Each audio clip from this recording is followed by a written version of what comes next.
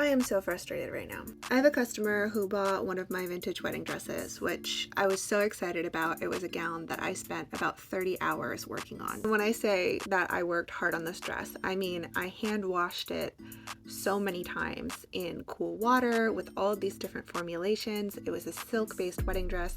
I wanted to make sure I didn't compromise anything or distort the fabric, but the end result was something that ended up beautiful. I was really proud of it. So this customer buys this wedding dress. I was stoked, and then I want to say like 2 weeks later or so, I get an email from them asking for a refund. And when people ask for a refund, I do my best to work with them. You know, life happens, things happen. I try to hear them out and see what it is that I can do to help. With my listings, I am super transparent. I put all of the measurements down. If I've noticed any spots or wear or anything, I make sure to notate it, because buying online can be risky. And you know, things happen, I get it. But the reason why she was asking for a refund is she said that she decided to bring it to a tailor to have it let out and to try to make all of these alterations to it. And the tailor told her that she couldn't do that. Most dry cleaners, most tailors and seamstresses, they won't touch vintage items because of the insurance implications. Most of the time when people are dealing with vintage items, they have like this massive sentimental value, and if something were to happen, then they would be liable, and there's just not the right amount of coverage for that. So I send her back an email that's like, oh my gosh, you know, I'm so sorry, that sucks. Was there anything in the listing that was inaccurate? You know, is there something that I can help you with that? I even offered some solutions too, like corset backing and things like that, as different options to kind of let out a garment if that's really what it is that she needs to be able to do. Before anybody's like, why did you not instantly just give her a refund and take the item back? It's because when you're dealing with things like this, like a wedding dress, this was a vintage wedding dress that I worked so hard on. Sometimes you deal with the risk of somebody buying something, wearing it to their wedding, and then trying to return it with damage. And then I'm the one that's out of pocket, both for the cost of the gown and now having to repair it. And this is not a rental service. And it seemed from her email, it wasn't an issue of like the quality of the item or that the measurements that I had posted were wrong.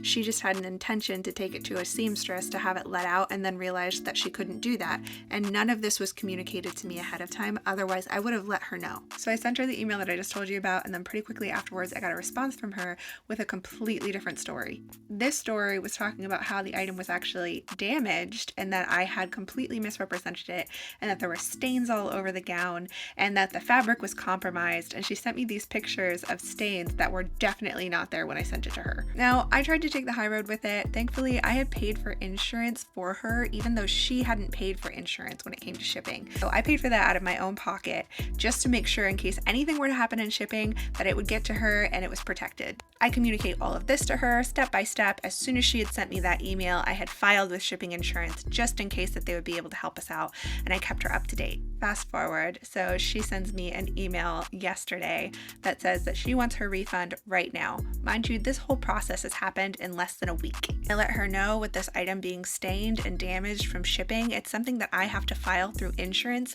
and as soon as the insurance approves it and distributes the funds, I would be sending it directly to her. 11 hours later, I get a notification in my shop that she has now filed a chargeback claiming that this is a fraudulent purchase. I don't know if you guys know how chargebacks work, but it is really detrimental to shops like mine, where I'm a small business owner. I have my shop on Shopify. It automatically disqualifies me to have my shop advertised through their app programs when somebody does something like a chargeback, and it will disqualify me for like up to 6 months and automatically charged me $15 and removed all of those funds from my account. So I am now out $540 when I would have had a refund to this customer within the next couple of days from the insurance claim that I had paid for out of my pocket for her.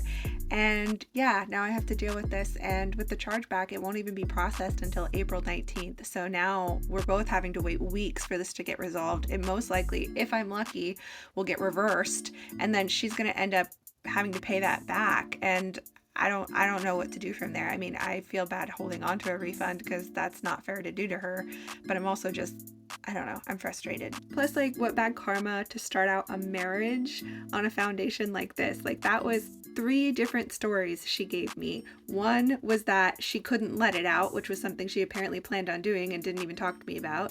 2 was that it somehow had all these mystery stains all over it. And now 3, it's a fraudulent charge.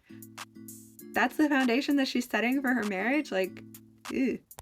I'll be sure to update you guys as things go on, but these are just like one of the normal struggle things that we face as small business owners. And I know that banks want to do right by their customers, just like we would want to do right by our customers, but things like this can carry like much bigger impacts, I think, than most people know.